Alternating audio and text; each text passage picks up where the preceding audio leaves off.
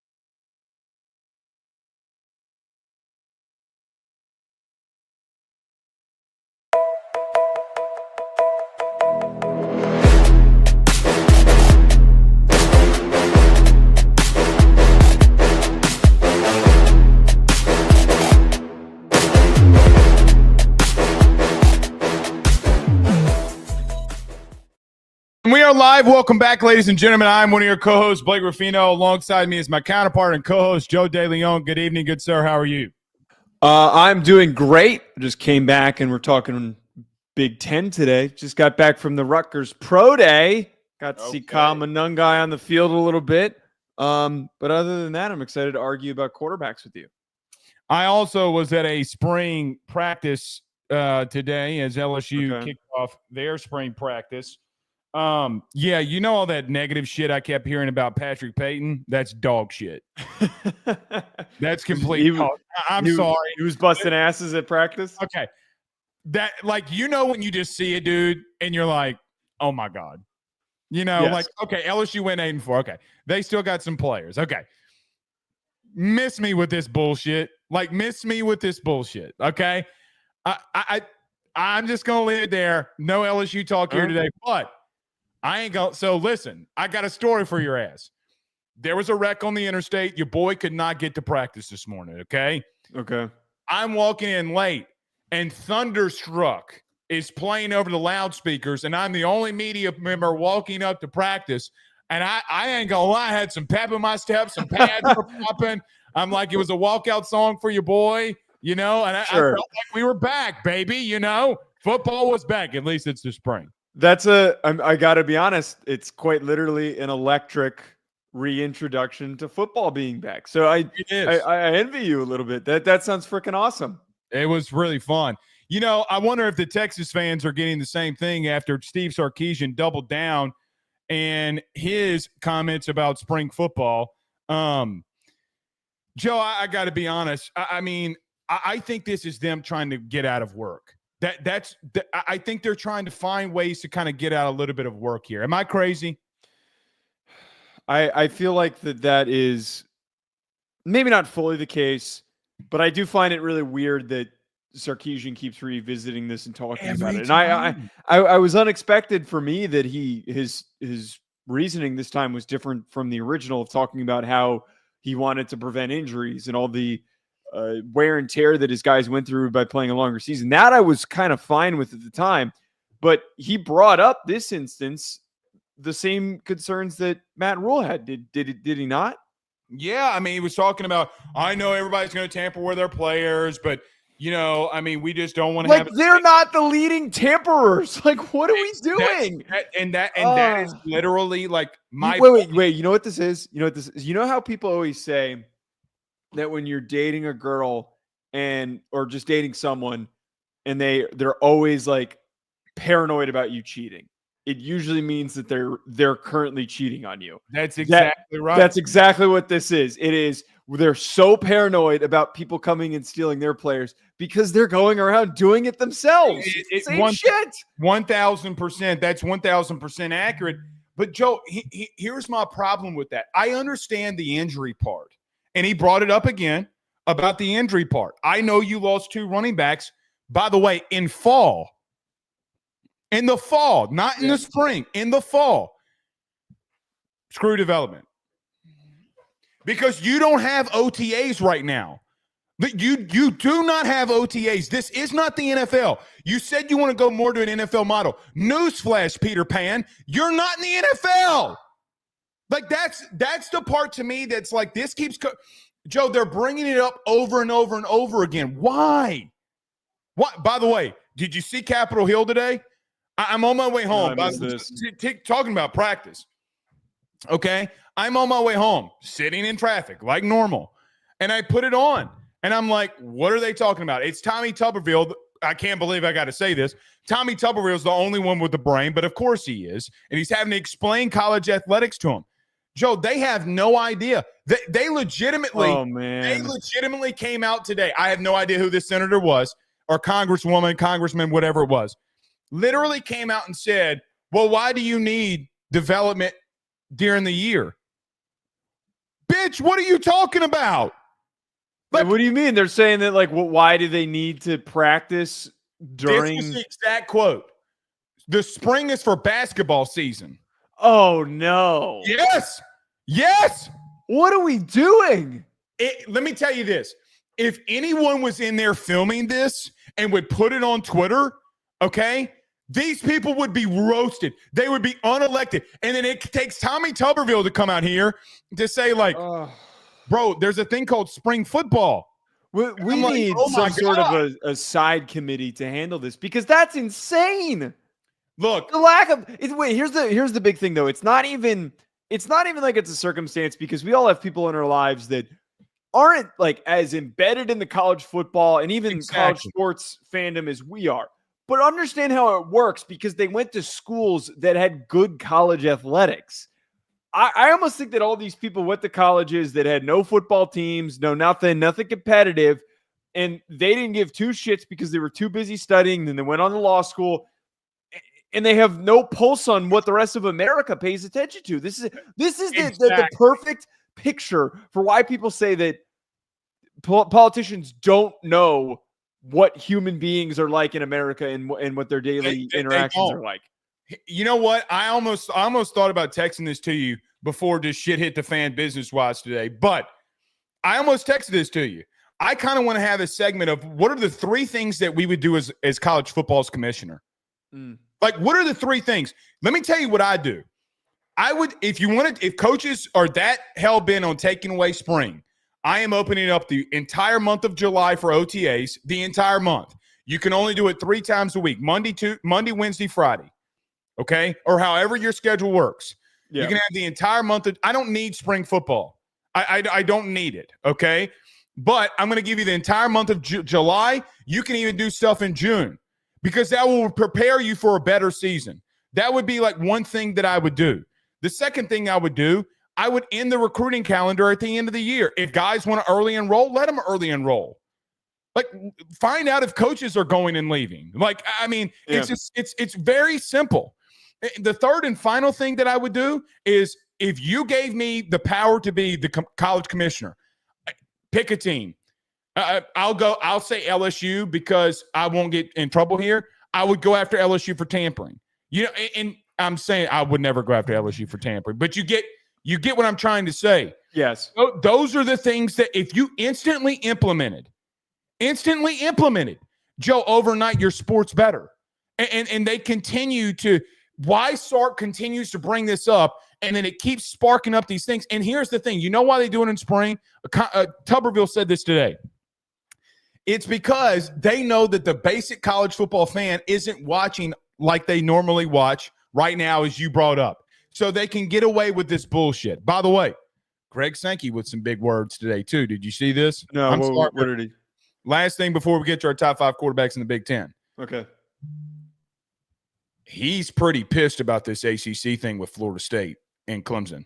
Dude, this thing has taken a life of its own. I'm so stunned by – not stunned, but I'm, like, intrigued by how much this is really starting to pick up more and more steam. I thought this was dead. I thought that this was not even a topic, and now we keep building up this. It started with Feinbaum this week talking about why there's still a highly desirable option for the SEC to add. What was Sankey's exact words that he had? He said it opens I mean, I'm paraphrasing. You can pull it up here. He basically tells Ross Dellinger that it opens up a can of worms that college football can't handle right now. All right, I have the quote. All right, there is a history of unequal revenue sharing and those conferences. It just hasn't worked well for a long-term situation. In fact, the conferences that have chosen to do so have generally either they don't exist at a high level or they've gone a different direction.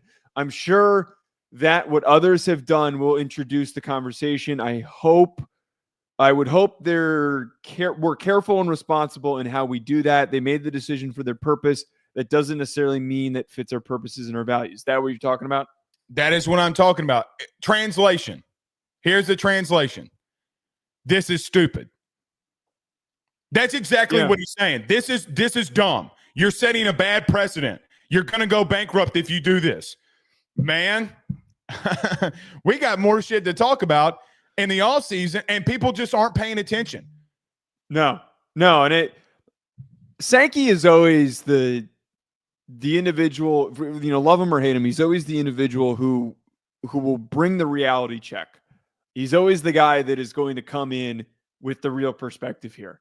And I think all these other conferences, there is a reason why, and I roll my eyes saying this is a reason why the SEC has run the sport and why they have produced some of the most competitive matchups and some of the best play is because they have the best direction and they have the best model. They don't rush into things. They don't make rash decisions, and they don't have selfish members of the conference.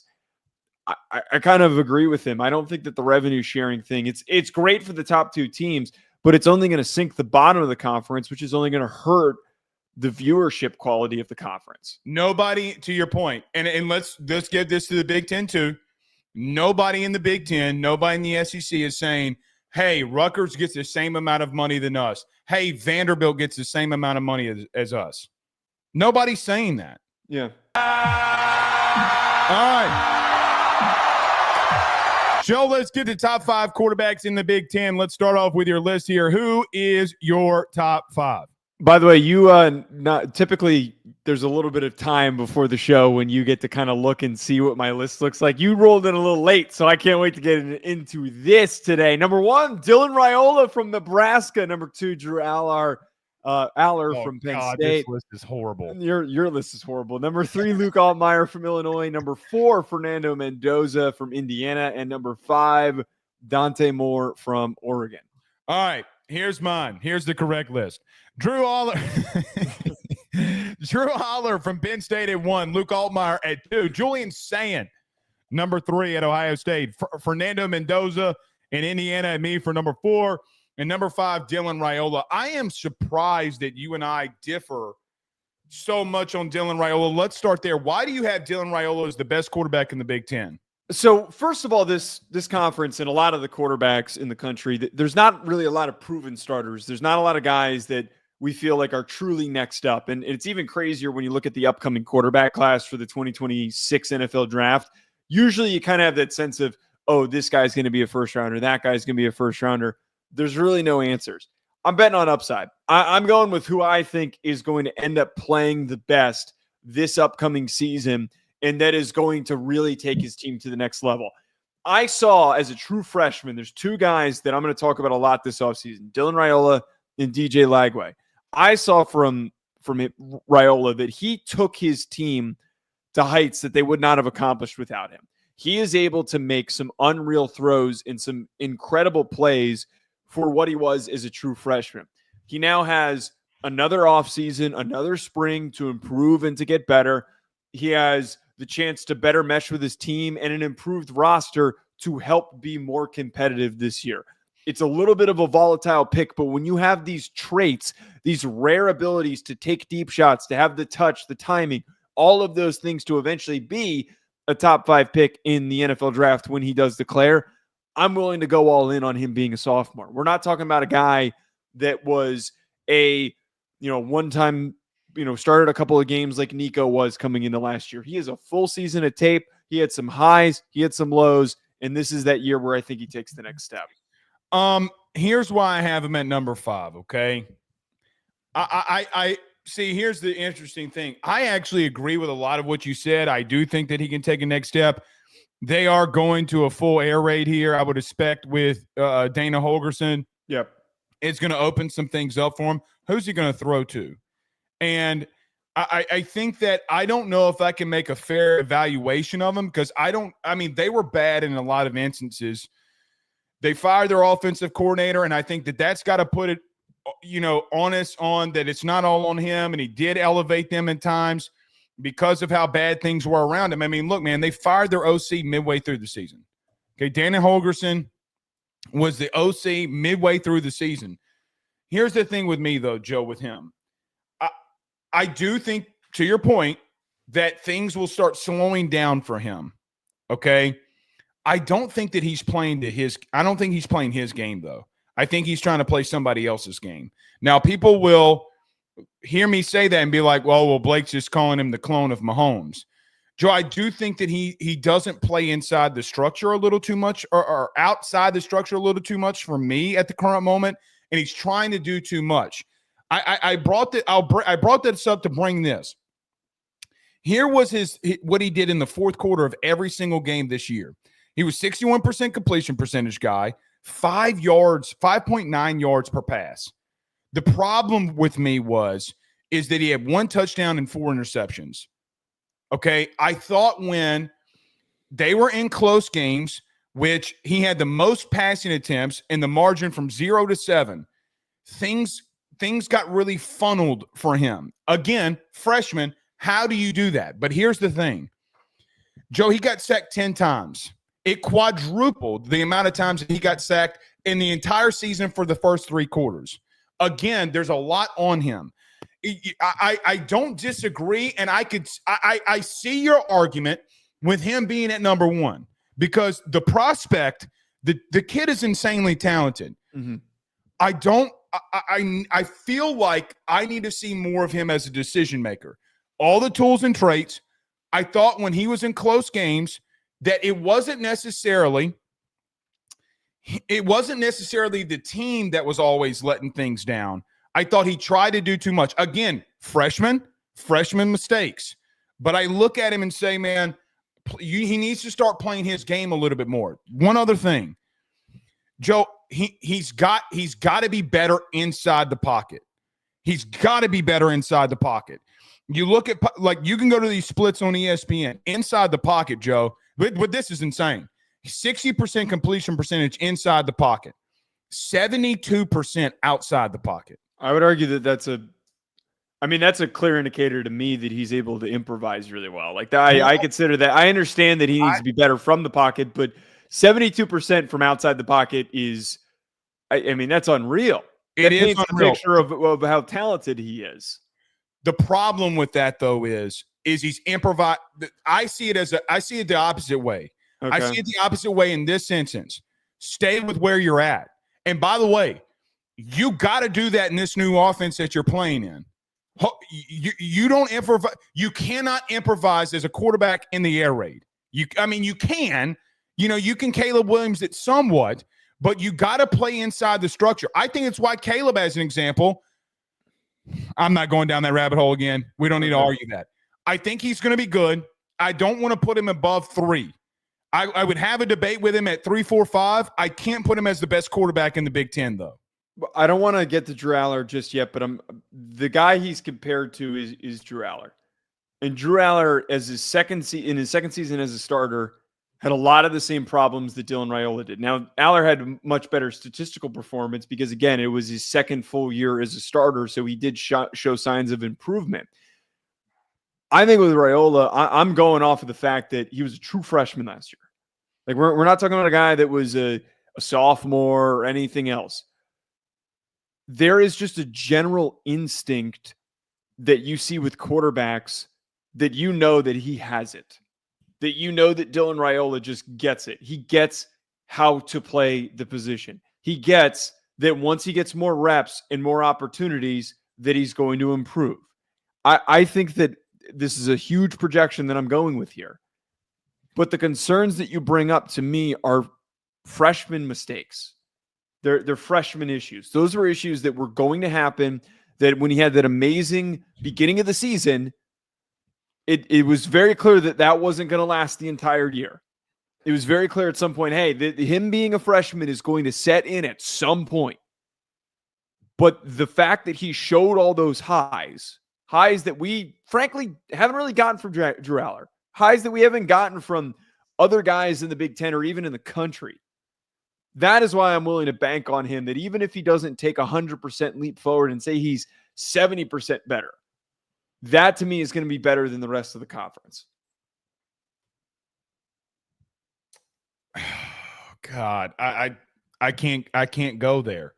I can't go there right now. How about that? I want to emphasize, I do not disagree that is a very strong possibility that can happen. He has the physical ability and capability to be the best quarterback in this conference. As of right now, I just can't go there because I need to see better decision making from him. And I want to say something, but I know I'll get college football canceled. How about that? Okay, you'll get called a non-ball knower. There you go. You know how I am with quarterbacks. Mm-hmm. I judge them from an off-field and on-field perspective more than any other position. I just want to see better decision-making because I saw 4 years of a kid that went to 4 different schools. I saw when he got on the field some bad decision-making. I just want to see better decision-making. Does that make sense? Like, again, all the tools in the world, just need to see the better decision-making before I give him the number 1 nod. That's all. That's it. Totally fair. Well, okay. Drew Allar was number 1 on my list. Where was he at on yours? Was he number 2? He was number 2 for me. All right, so Drew Allar from Penn State was my number 1 quarterback in the Big Ten. He was number 2 for you. Joe, when you see Drew Allar, who a lot of people thought might come out in the draft this year, leads Penn State to a Final Four finish this past year. Your thoughts going into the last year for Drew Allar? Yeah, a lot of the perspectives I have with these guys that we're talking about, a lot of it, and I know that this happens a lot on our show and a lot of the debates that we have, it's me breaking a prospect down. It's me talking about a guy and his tools and his traits and can he take that step forward. Sometimes that doesn't always apply for college quarterbacks. I digress. Drew Allar has all the goods. He's got all the goods. He has every tool that you look for in a franchise quarterback, an elite college quarterback, big arm, big frame, deceptively mobile. Right. He can move and make plays with his legs. And I think that Penn State should try to use him more as an athlete. I need to see this year, though, with Drew Allar, and we've talked about this. I need to see him have better instincts. I need to see him make the big plays when the game is on the line. Because the Orange Bowl and the way that he collapsed at the end of that game is still stuck in my head. Getting to see that in person. That is really lodged in the back of my head when I think of Drew Allar. I think of the two sides of him. To me, there's no Dylan Raiola here where we get to talk about, hey, he was young, he made mistakes. We're banking on the upside. He's got 2 years as a starter. This is the year where he can't pull that BS. He can't pull the, hey, I'm the young guy who's getting better every week. No, man, it's do or die. You need to show the improvements. You need to show that you can eventually become a quality player and you're not just going to be Daniel Jones, the big athlete who can't make the right decisions and turns the ball over in crucial situations. I mean, it's crazy. We talk about turnover situations. I mean, 3 or 4 of his interceptions came against USC. I mean, he had 2 in his first year. He had 8 this year. I'm with you. 8's way too many. Let me throw you this question. What were we talking about at the end of Penn State Notre Dame? Was it Drew Allar or was it that receivers could not get any separation whatsoever? That was an issue, yes. Okay. Here's my outlook on him at the current moment. That I don't know I'm going to give him the benefit of the doubt. How about that? Joe, I have no idea who he's got outside of Tyler Warren. They didn't catch a pass on Notre Dame. He couldn't get it. He could not.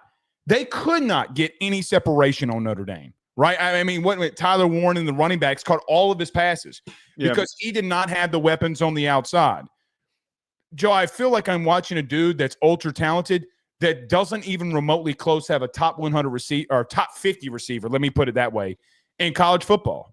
Now, this year could be, They did not have a top 50 receiver in college football. They didn't. I think that in more than in the NFL and more so in college football, I don't think that excuse carries as much weight. Okay, well, let me ask you this question. The quarterbacks that are coming out, that they're the top quarterbacks that we talk about, whether it be Cam Ward, whether it be Shador, whether it be Jaden Daniels, whether it be Caleb Williams, what can we say? Michael Penix, name them, Bo Nix. What can we say about all those top guys? Because if you're saying that next year he's going to be one of the top guys in the draft, you would also say, well, the weapons that he had around him were far superior than what he has. But if we're talking about a guy who's the best quarterback in his conference, and we're talking about a guy who's one of the best quarterbacks in the country, they need to elevate their teammates. Like Bo Nix is a really good example. How do you elevate separation? I know that you can't work around the separation issues, but you're telling me that nobody, I don't remember off the top of my head, like the exact who was open on those plays. If nobody was open, if nobody's open, you don't force the ball in that situation. You need to move out of the pocket. You need to break contain. You need to go and try and make plays with your legs. If there is no separation, that means that there should be an opening for you to run free. Make them pay more attention to you, which will eventually create separation. He's forcing the ball. Yeah, you're right. He is. The simple fact that he hasn't had a season with double-digit turnovers is insane to me. I'm being blunt. I mean, again, Joe, he damn near won a game against a team that went to the national championship with a receiver that couldn't catch the ball. Listen, to me,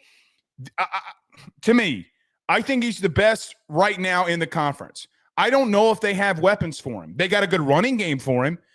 He does not have a premier receiver. Joe, Tyler Warren is gone. Yeah. So we're asking him to take the next step. How about this? Penn State, help him out.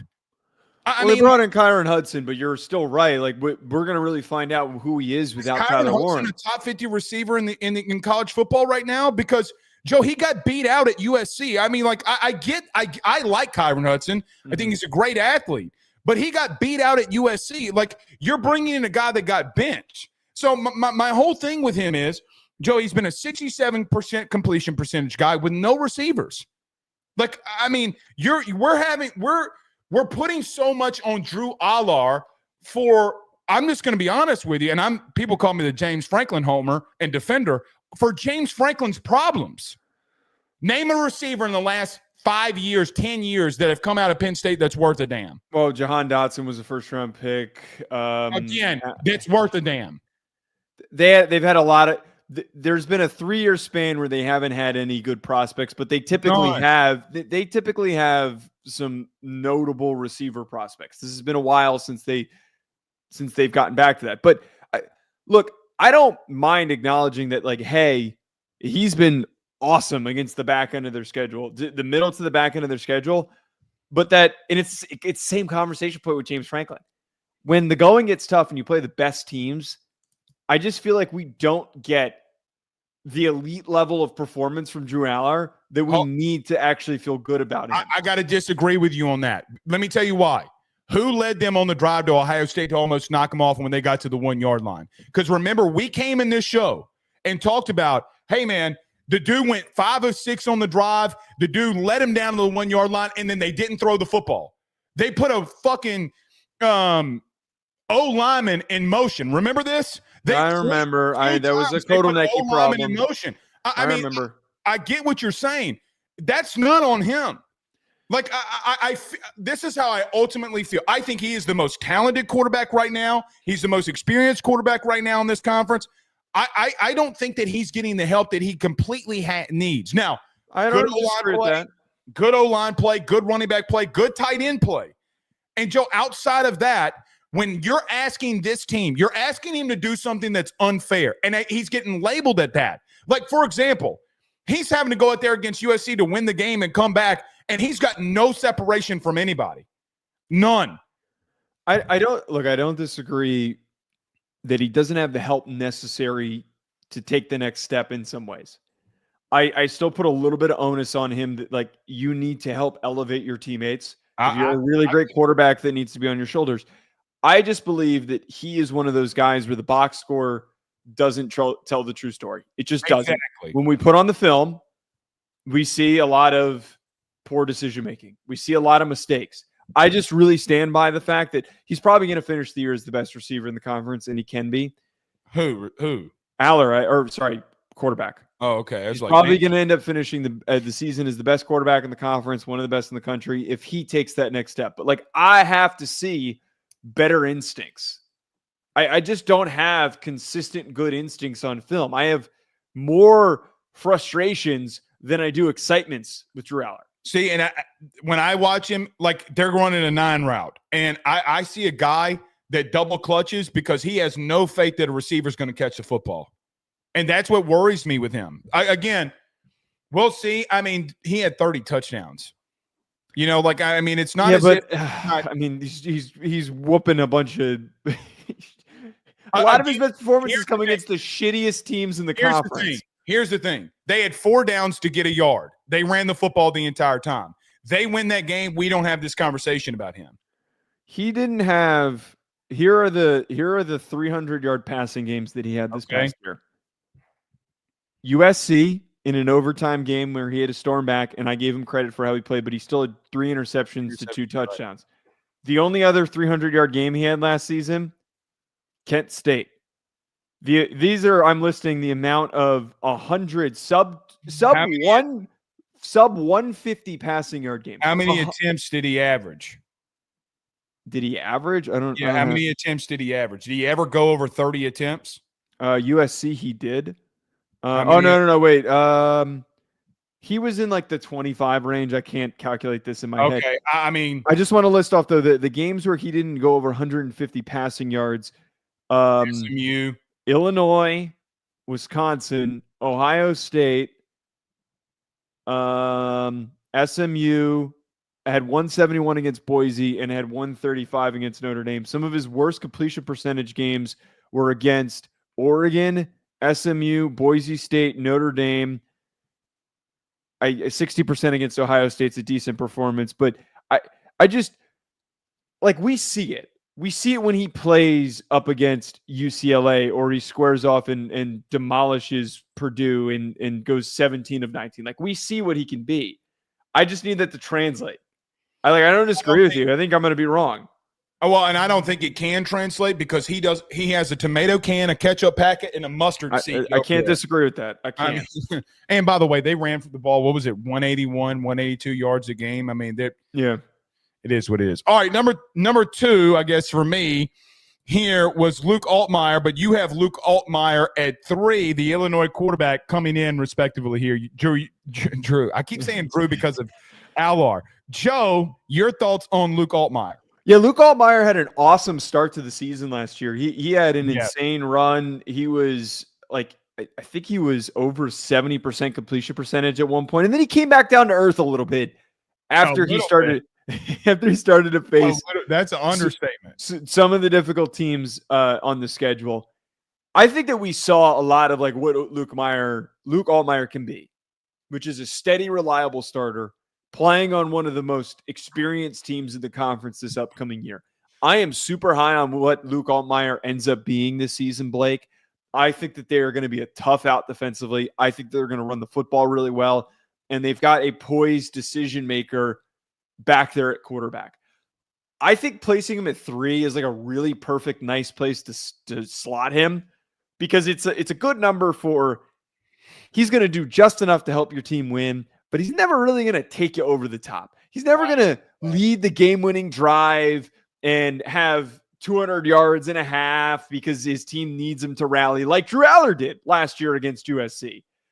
But he just does enough. And I think he's going to be one of those guys, too, who in the NFL is just going to be a wily veteran who sticks on a team because he's a great backup. One of those players. You're calling him Chase Daniels? I don't know if I would be that nice, but sure. Here's the thing with Luke Altmeyer. Here's the thing that you talked about coming back down to earth. Joe, how about this? Through the first 5 games of the season, he was completing 74% of his passes. He ended the season at 60%. Mm. Yeah, he had a tough little stretch there. That's an understatement. Okay. Here's the thing that I do like, though. He reduced the turnovers drastically, -4 turnovers from year to year. But the sacks went up from year to year. So I think this kid's got some skill. And I can't believe he threw 22 touchdown passes with that unit. Okay, if we're just being honest, in that conference, if we're being honest, the kid's got some skills with him. You're right. I'm with you there. I don't know if he can lead you over the top, but the reason I put him at 2 is it's a lot of football to play. Yeah, that's a lot of football to play. And to be honest with you, I just went with experience over these other guys that will be in the Big Ten. Now, somebody's probably going to emerge. We'll talk about either Dante Moore or Julian Sayin here in just a moment. I think he's fine. I think you're right about having him 3 or 4. He's a decent quarterback. You always have to be on your P's and Q's when you play him. He can make some serious throws now. I mean, if you just go out there lollygagging, he will dice you up. The problem is when they got into Big Ten play last year, they completely fell off from a passing game standpoint. And that was the thing that worried me. They did go 9-3. Okay. They ran the ball at an effective rate. They played really good defense. Brett Bielema style of football. They got to get back to giving him some easy completions and getting him out in space because, Joe, he got sacked a lot, man. I mean, he took 32 times. 32 times. All right. He took a beating, man. And by the way, we're talking about 12 games here. I mean, Joe, how many times did he get hit? So we're right. And this is a kid that's athletic. I mean, he can move a little bit. So it could have been even worse. That would be the only thing for me is I don't know if he can take your team over the top. I don't think they can win the conference. But, man, he's just going to be solid for you all around. Yeah, the weird thing about them last year, like he took 7 sacks against Penn State, 5 against Purdue. I guess not the weird thing. Abdul Carter.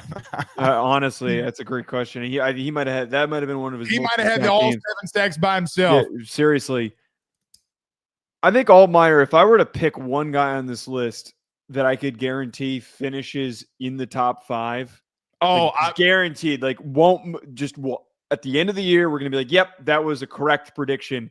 It feels like it's Luke Altmeyer because his ceiling isn't as high as a Fernando Mendoza or a Dante Moore or Julian Sayin or a Dylan Raiola. But right, the floor is what you always covet and look for in a quarterback. And I remember hearing after he had this beginning really good early stretch that, some teams were reaching out. Some teams were doing the tampering bullshit because they wanted someone reliable like Luke Altmeyer. What was that? I didn't what say did you say? I sneezed. Don't try to make me. Notre Dame. Notre Dame doesn't want Luke Altmeyer. That wasn't what I heard. But there was a possibility that, maybe he returned to the SEC or goes to a bigger program and he sticks with Illinois. It's very hard to find guys like him that are 2-year starters that have as many passing touchdowns under his belt and also elevated the play of a team that offensively didn't have a whole lot. I'm with you. Listen, you're right. His floor is really high. You're going to get what you're going to get. Can he ever hit a next level? We'll have to wait and see. All right, Joe, let's do this. Let's skip over Dante Moore and Julian Sayin here. Julian Sayin, for me, came in at number 3, and Dante Moore came in at number 5. We'll talk about them in just a minute, but both of us have Fernando Mendoza at Indiana. You have him at 4 here, and I do as well. Fernando Mendoza coming from Cal, going to Indiana. Man, I need people to realize this shit could be real. This shit could be real. I'm high on Fernando Mendoza, baby. Fernando Mendoza is the most unknown quarterback in college football that could go on to have a tremendous season. Yes. He's got the goods. We're talking 6'5", over 225 pounds. He can move. He's got the arm. He checks every single box. I am surprised that Fernando Mendoza, and good on Indiana for scooping him up. I am surprised that this kid didn't end up on an SEC team or a Big Ten team that needed a quarterback, because like a bigger Big Ten team. Like seriously, this would have taken a team over the top. For Indiana to improve at quarterback from what they had last year in Curtis Rourke is insane to me. I am such a fan of this kid, and he's young. He was only a true sophomore this past year. I believe he was only a true sophomore, but he's got plenty of extra eligibility left. He is going to do some awesome stuff for Indiana in the coming seasons. Here's the thing that caught my eye with him, okay? If you go to Miami versus Cal and you look up the box score, the kid's going to be 11 for 12, okay? But he's got 285 yards and 2 touchdowns. They had a lot of explosive plays on Miami. Does not tell the story on this kid. They literally lost to Miami by a point, okay? This kid can play. Joe, let's round up to 400. In 400 attempts, he completed 68% of his passes. He threw for over 3,000 yards, and he had 16 touchdowns to 6 interceptions at Cal. I go to the end of their season. Do you remember his speech at the end of the season? I do. And people were like, oh, he gives this big speech, but then he leaves Cal. Well, yeah, because Brian Harsin was going to be the new OC. He's not going to stick around for that, nor should he have. This kid can play, man. When you go and watch him, the 11 of 12 will legitimately not give you everything around what he did. There were massive third downs in like that Miami game that he gets with his legs at 6'5". He's diving at the pylon, okay, to get first downs so that they had a chance to win against a team like Miami. Cal's a horrible football team. They're a horrible football team. You know what else? I went back today and we watched that Auburn game. This kid can flat out play. And here's the thing, him going to Indiana, it's the perfect fit. Curtis Rourke is going to be holding the clipboard either on the sidelines as a coach or as a NFL guy that is just like an analyst or doing something. Right. Curt Cignetti turned Curtis Rourke into somebody that went off at Indiana. This is going to be the sleeper in the Big Ten. We're going to be talking. They've massively upgraded at quarterback. Curtis Rourke was not the guy. Fernando Mendoza can actually play. Well, and hold on. I just like to reframe that slightly. Stop. So Curtis Rourke had an awesome season, and I think that is a better way to paint this picture of he was ass. Curtis Rourke was so good last year, and then I think that puts into context of like how high the ceiling is for Mendoza and what he can do and what he can accomplish. I think you put him into a system that put together such great quarterback play from a guy that was an awesome MAC player that nobody really thought was going to be more than that, to being one of the best quarterbacks in the country last year. Statistically, Curtis Rourke was one of the best quarterbacks in the country. I think you're going to be able to get that same transformation out of Fernando Mendoza. To your point on that, the system, how do I want to say this? Hold on. Cignetti understands what he needs for his system. Yep. Okay. Better than anybody. Yep. Joe, like you said, nobody thought that this kid Rourke was going to come in here and do this. I was kind of playing with the ass comment, but he did elevate his play. This is a different beast here now.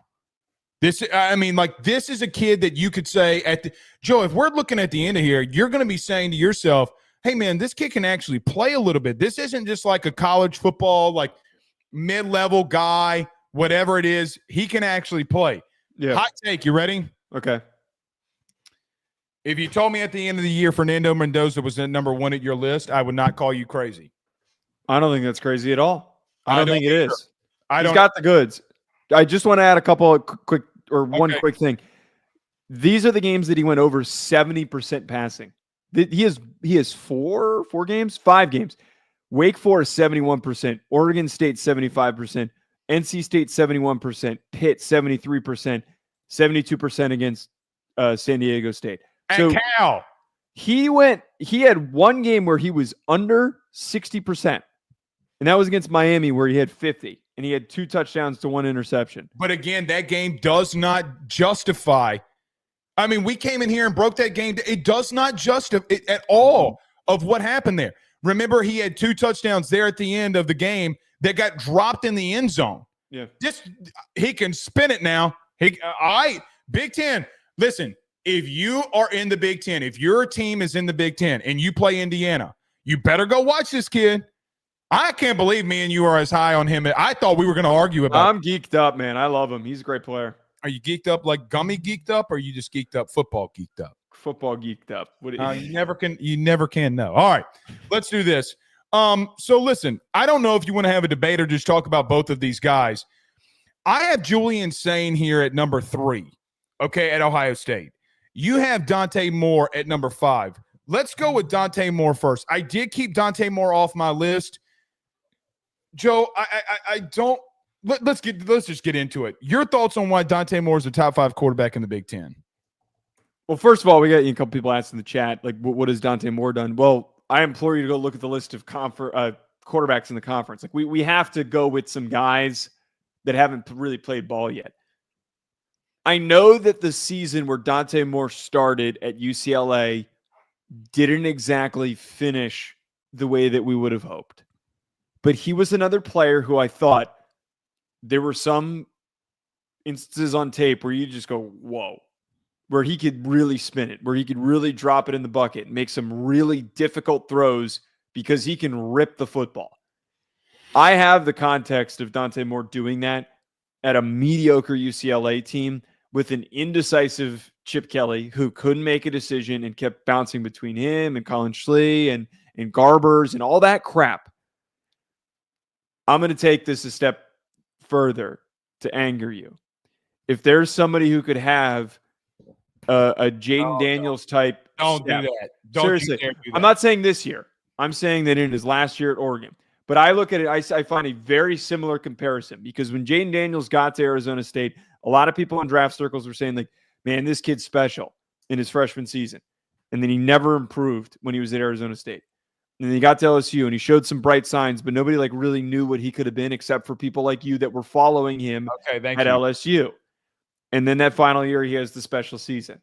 I just think I look at the circumstance of the change of scenery at a bigger program with better resources and an elite offensive coordinator, like all of that stuff. Well, what you're saying for Oregon, but Auburn's a good program. So like that not working out was. I mean, not. But if we're just being honest, Joe, they haven't had a winning season in like 4 years. Yeah, but like Auburn is supposed to be good. UCLA's not.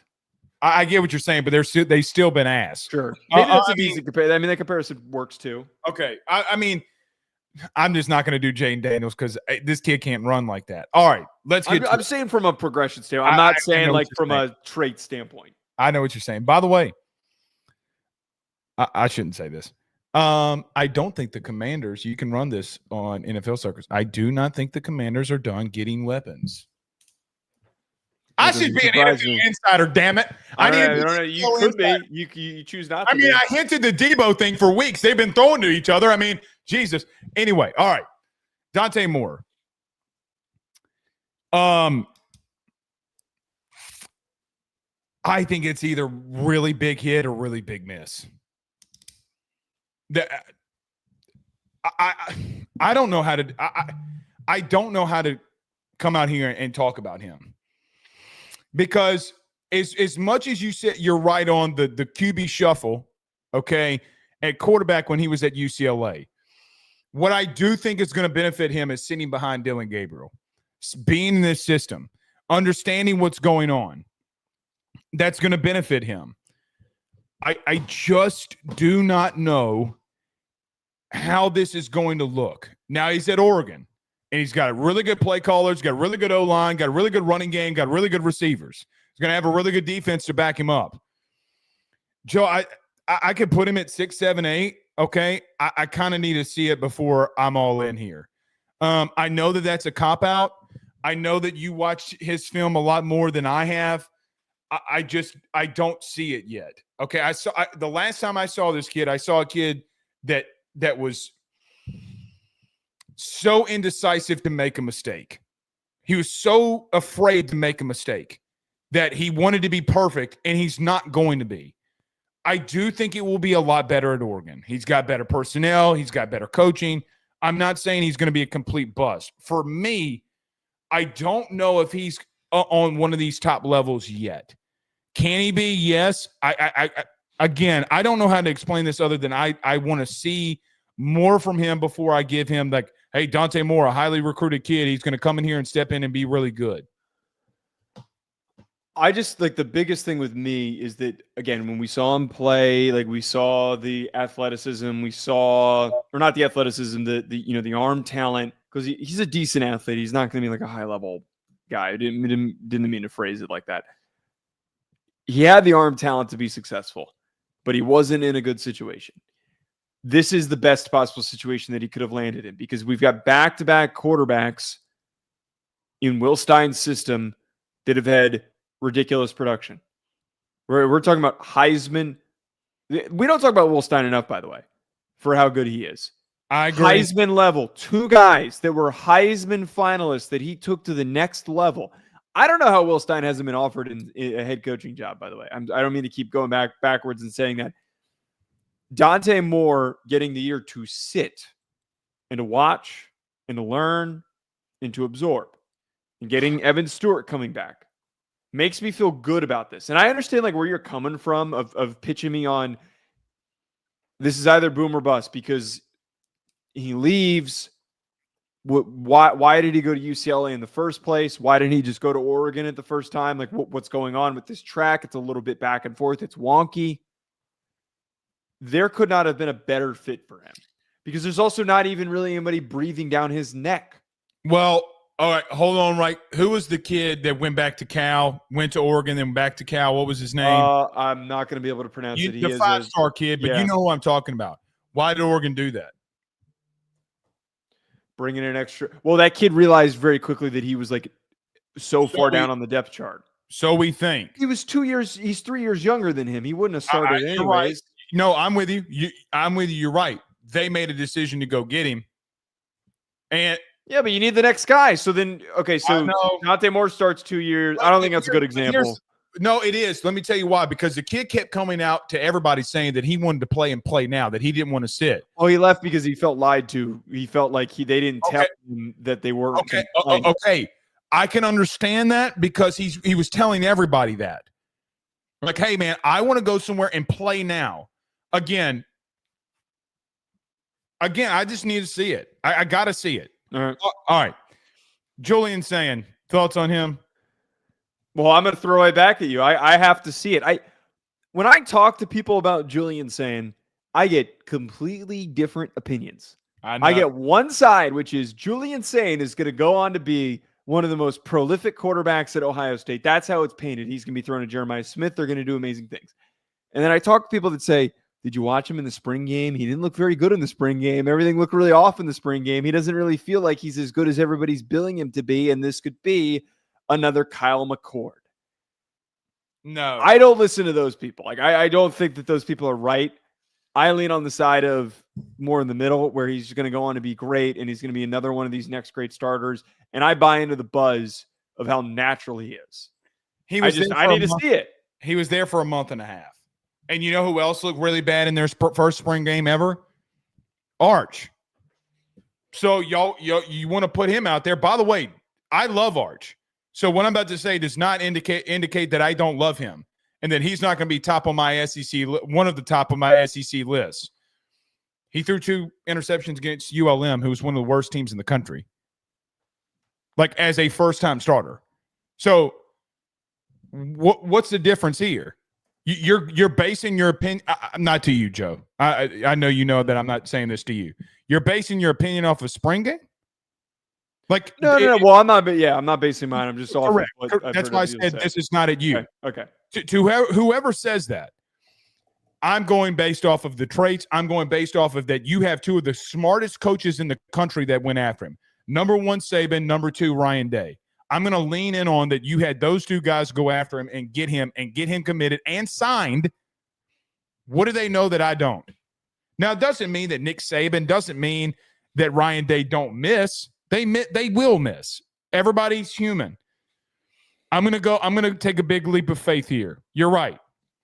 I have no reason to do it. I'm taking a big leap of faith. I'm going to give it Julian Sayin the nod here. I think that's totally understandable. And there's two sides to this. He's throwing to Jeremiah Smith. He's already got a go-to option. When in doubt, just throw the ball to Jeremiah Smith. I do kind of worry.